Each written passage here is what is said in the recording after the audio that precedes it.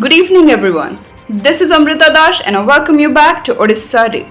Let's look at today's highlighted news of the day.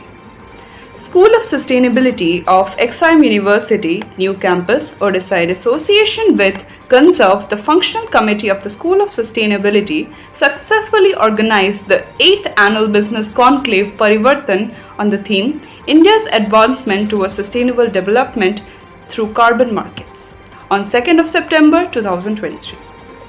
The event commenced with a welcome note by Dr. Professor Sutapa Pati, Dean of School of Sustainability, XIM University, followed by an introductory address by Professor Dr. Tanmay Khuntia, Faculty Coordinator, Conclave of the School of Sustainability. The welcome presentation built the foundation for the 8th annual business conclave, which focused on the tunnel vision of sustainability and the role of ethics in the operation of the carbon markets. The discussions emphasized the significance of quality and technology in carbon markets. The workshop discussed using a mitigation hierarchy in a company's net zero transition strategy.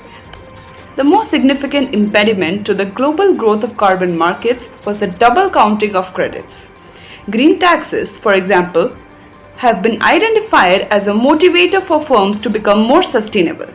XIM University was honored to host the following speakers and topics for individual and panel discussions.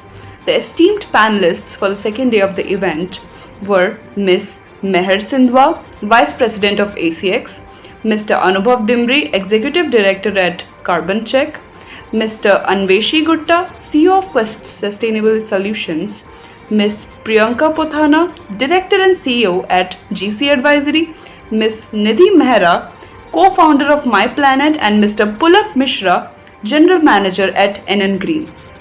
The topics covered in the conclave was carbon mechanism, then, now and the future, role of carbon markets in sustainable development, rights and wrongs of carbon market action, latest developments in the field of sustainability, carbon markets, CBM and assurance, the interaction of consumer behavior, social equity and carbon markets, leveraging carbon markets for sustainable business, and the end note was quoted as, "If you're not a part of the solution, you're definitely a part of the problem," by one of the panelists.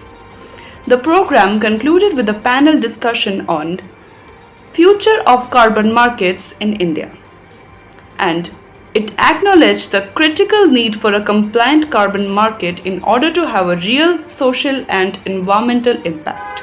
So that's the third bit, which is where you're doing some sort of a removal project, and then of course comes the whole story of the credits and the offsets that come with it.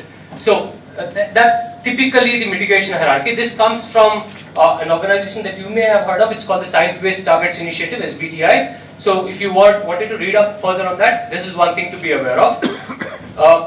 And then there's this whole aspect of climate events today. I did on the statement above, I'm asking you if corporates should consider carbon removals or carbon credits rather as one of their go-to options. Now the reason I say events today is because of the fact that we are already witnessing enough and more frequent intense events are happening every now and then. The most recent ones have happened in Himachal. So we know that it isn't something that will happen in the future.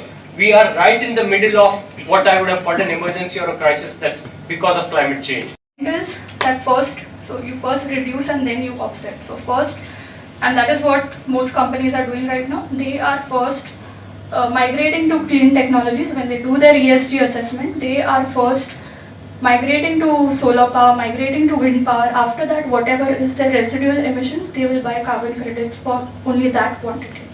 So this is where ma'am was talking about ethics. I think this is where it comes. I mean, there's earlier people bought a lot of credits because they didn't have access to technology very easily. Now they have access to technology. So they will first migrate to, the right way to go about it is first migrate to the clean technology, see what you can do on your own as an organization, and then whatever balance emissions where you can't do anything is where you buy carbon credits. So thank you and all the best.